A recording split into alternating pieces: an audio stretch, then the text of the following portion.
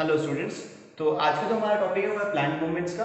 देखिए, हम लोगों ने जब कंट्रोल एंड कोऑर्डिनेशन का जो चैप्टर शुरू किया था उसमें हमने बात की थी बेसिक टर्म्स की, कंट्रोल क्या होता है, कोऑर्डिनेशन क्या होता है। इसके बाद हम जब आते हैं अपने टॉपिक पे आगे मूव करते हैं तो वहाँ पे प्लांट मूवमेंट्स का टॉपिक है। अब हमें पता है प्लांट्स के अंदर तो कोई नर्वस सिस्टम नहीं है, but still the movements are observed in plants and basically these movements are growth movements. ठीक है, लेकिन ऐसा भी नहीं है ग्रोथ मूवमेंट के अलावा कोई मूवमेंट नहीं होती है प्लांट में। तो इन सब मूवमेंट्स की बात हम करेंगे इस टॉपिक के अंदर, प्लांट मूवमेंट्स में। ठीक है, तो देखिए इसको ब्रॉडली हम डिवाइड करते हैं दो टाइप्स में,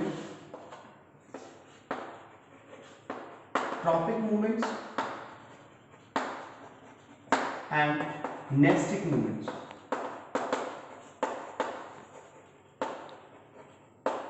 ठीक है, अब देखिए ट्रॉपिक मूवमेंट्स क्या होती हैं।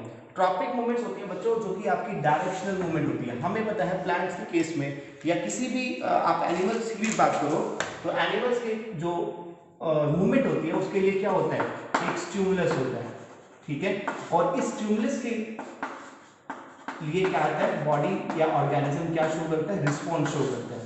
तो ये जो हमने कैटेगराइजेशन किया है ट्रॉपिक और नेस्टिक मूवमेंट का, ये भी हमने इसी दो फैक्टर्स के बेस पे किया है। ठीक है, कैसे मैंने ये बात बोली, देखिए जरा कि अगर प्लांट मूवमेंट्स स्टिमुलस की डायरेक्शन में हो, if the movements occur in the direction of stimulus, then these type of movements are called tropic movements. But if the movements are independent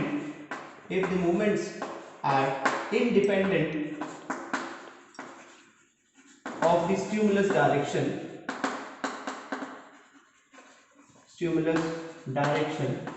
then these type of movements are called nestic movements. ठीक है, तो ये देखिए, तो जो basic अगर आपको term समझनी है कि ट्रॉपिक मूवमेंट्स क्या होते हैं, तो ट्रॉपिक मूवमेंट्स क्या होते हैं जो कि आपकी स्टिमुलस की डायरेक्शन पे डिपेंड करती है। जिस साइड से स्टिमुलस आ रहा है उसी साइड पर जो प्लांट की मूवमेंट हो रही है, तो this type of movements are called tropic movements. But if the movements occurring in the plants are independent of the direction of the stimulus, then those type of movements are called nastic movements. ठीक है, तो अब देखिए इसी categorisation को हम थोड़ा आगे बढ़ाते हैं। Tropic movements are further of many types. For example, number 1, phototropism,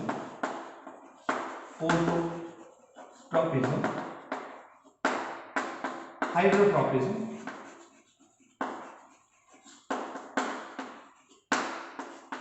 then geotropism,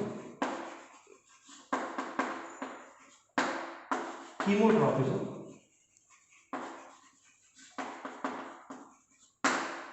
and next we have thigmotropism.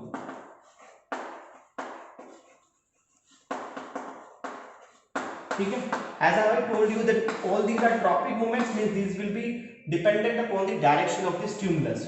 ठीक है, phototropism, hydrotropism, geotropism, chemotropism and thigmotropism. Similarly, nestic movements are further divided into two types. One is seismonestic, and then we have nyctinestic movement. These nyctinestic movements are further divided into two types. One is called photonestic and another one is called thermonestic.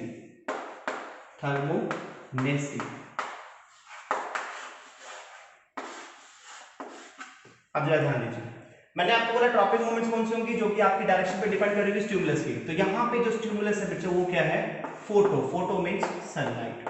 एक बार in terms को समझते हैं, बाद में मैं इनकी detail में बात करूंगा। तो मतलब अगर प्लांट की मूवमेंट सनलाइट की डायरेक्शन में होती है तो this type of movements are called phototropic movements और the phenomena is called phototropism. Hydro means water, तो यहाँ पर स्टिमुलस कौन है, वाटर। मैं यहाँ पे देखो stimulus.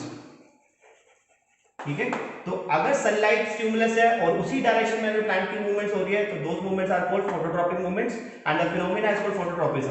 If the stimulus is water and if the plant movements are occurring in the direction of water, then it is called hydrotropism and the movements are called hydrotropic movements. Geo means earth, or in other sense you can say gravity. So here gravity also works as a stimulus and the movements of plant parts according to the direction of the gravity are called geotropic movements. Next we have chemotropism. The word chemo means chemical stimulus. Chemical stimulus. So you all know that the stimuli may be a physical agent, chemical agent or a biological agent. So you can see that the sunlight, water and gravity, these are physical stimulus, but here I am talking about chemical stimulus. So there are certain chemical substances because of which the movements occur in plants. So that type of phenomena is called chemotropism. Next we have thigmotropism. The word thigmo means touch. So these are those movements which occur because of the sensation of touch. So these type of phenomena is called thigmotropism and the movements are called thigmotropic movements. Now come to this side, nesting movements. I already told you that these movements are basically independent of the stimulus direction, means they will not be depending कि आपका stimulus किस direction से आ रहा है. तो इसको हम क्या बोलते हैं, nesting movement. तो here we have seismonesty. Seismo, the word seismo means also touch. ठीक है, देखिए यहाँ पे thigmo also means touch, seismo also means touch. ठीक है, तो ये seismonesty क्या है, touch इंडिपेंडेंट. यहाँ पे स्टिमुलस तो है बट जो मूवमेंट्स है प्लांट्स की वो क्या है, इंडिपेंडेंट ऑफ टच. की टच किस डायरेक्शन से आ रहा है इसके ऊपर डिपेंड नहीं करती है. Next we have nyctinastic movement. ये निक्टिनेस्टिक मूवमेंट बच्चा ये होती है डाययूरनल वेरिएशंस की वजह से. डाययूरनल वेरिएशंस की वजह से जो प्लांट में मूवमेंट्स होती है उनको हम बोलते हैं निक्टिनेस्टिक मूवमेंट्स. ठीक है, अब आप बोलोगे सर ये डाययूरनल वेरिएशंस क्या होती है. डाययूरनल वेरिएशन बच्चों वो वेरिएशंस होती है जो कि डे और नाइट, डे एंड नाइट की वजह से जो हम वेरिएशंस ऑब्जर्व करते हैं हमारी सराउंडिंग में, इन्वायरमेंट में, तो उन वेरिएशंस को हम बोलते हैं डायगोनल वेरिएशंस. ठीक है, तो डे एंड नाइट में आप देखो फॉर एग्जांपल डे टाइम पे नॉर्मली डे टाइम पे सनलाइट प्रेजेंट होती है, नॉर्मली डे टाइम पे टेम्परेचर ज्यादा होता है, बट ये दोनों के दोनों फैक्टर अगर आप नाइट से कंपेयर करोगे तो सनलाइट एब्सेंट हो जाती है और जो टेम्परेचर है वो नॉर्मली कम्स डाउन. ठीक है, तो इस तरह की वेरिएशन की वजह से जो प्लांट में मूवमेंट्स होती है उनको हम बोलते हैं डायगोनल वेरिएशन मूवमेंट्स या फिर निक्टिनेस्टिक मूवमेंट. अब आते हैं यहाँ पर देखिए फोटोनेस्टिक. फोटो का मतलब मैंने अभी बताया था सनलाइट, तो ये वो नेस्टिक मूवमेंट्स है जो सनलाइट की वजह से हो रही है but they are independent of the direction of sunlight. Thermonastic, the word thermo means temperature. तो यहाँ पर टेम्परेचर नेस्टिक मूवमेंट है, ऑब्वियसली बात है independent of the direction of stimulus. जो टेम्परेचर राइज होगा सराउंडिंग में that will be causing the movements in the plants. तो this type of movements are called थर्मोनेस्टिक.